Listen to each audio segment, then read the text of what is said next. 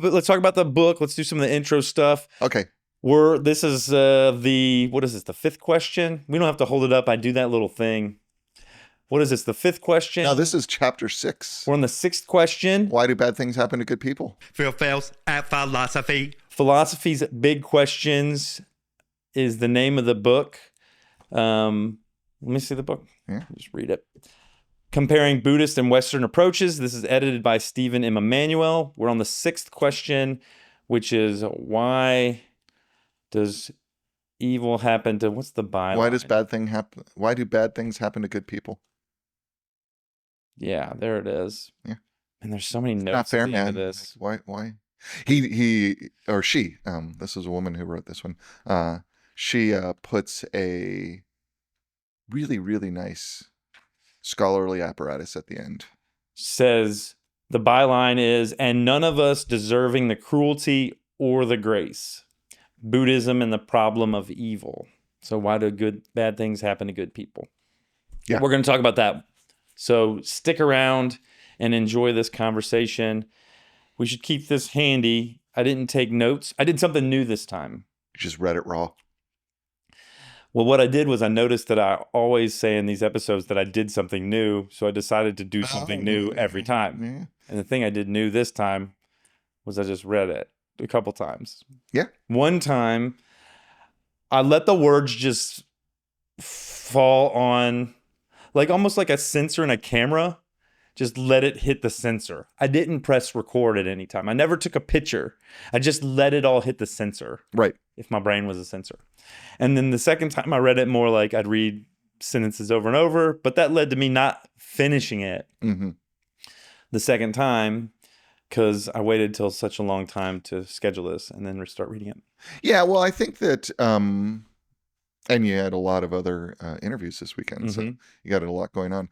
I think in terms of this one,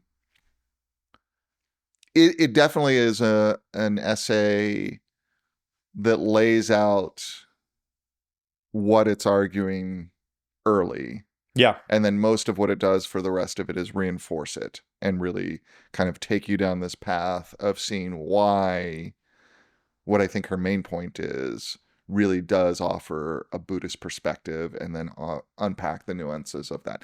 All that's to say that if you didn't get to the last quarter as solidly, I don't think it's as big a liability. We're going to be good. Yeah. Amber D. Carpenter, if you're out there, we enjoyed reading. Well, I thought this was one of the best written of the book so far. Yeah.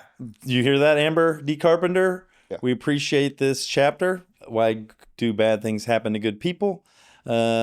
Reach out. Put something in the comments. I think it's really cool. I wonder about these people. You know, I researched the people that are written about. Right. But I've never researched the author. Yeah, I mean, there's the little bios in the back that give you a start, but it's clear that these folks are folks who are the folks doing the work right now to explore and understand Buddhist philosophy in philosophy worlds. Amber D. Carpenter is an associate professor of philosophy at Yale in NUS College. What is NUS? I don't know. Her research interests span the ancient Greek and Indian philosophic traditions. She's the author of Indian Buddhist Philosophy, Persons Keeping Their Karma Together, which that's perfect for this. In The Moon Points Back, Analytic Philosophy and Asian Thought, which that's really... So she's got an article in a larger volume.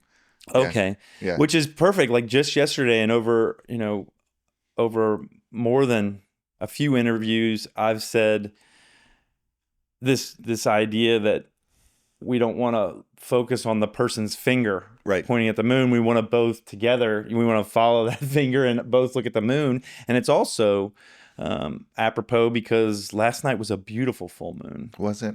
Oh, man. Man, I missed it. Huge full moon last night. And I thought, this is the perfect weekend to do interviews. I was so exhausted last night by the end of the day that You didn't see the full I moon? missed the moon. It'll be pretty full tonight. I hate when I miss a full moon. Oh, man. So disappointing. I stumbled upon it. Unjust. Yeah. You were wronged by the moon. Why does a good person like me Yeah. not get to see the moon every time it's beautiful? Yeah. Yeah. I like it when I stumble on a full moon. Sometimes I follow them, and I do follow the phase. Mm-hmm. It goes quickly from the first quarter moon to full, I've noticed. It's just like waxing crescent, it just takes forever. Huh. That's probably not true. It's just my experience. No, but that's your experience of time, and that's an interesting, curious space to discover as you like find your own personal rhythms around the lunar rhythms. Yeah.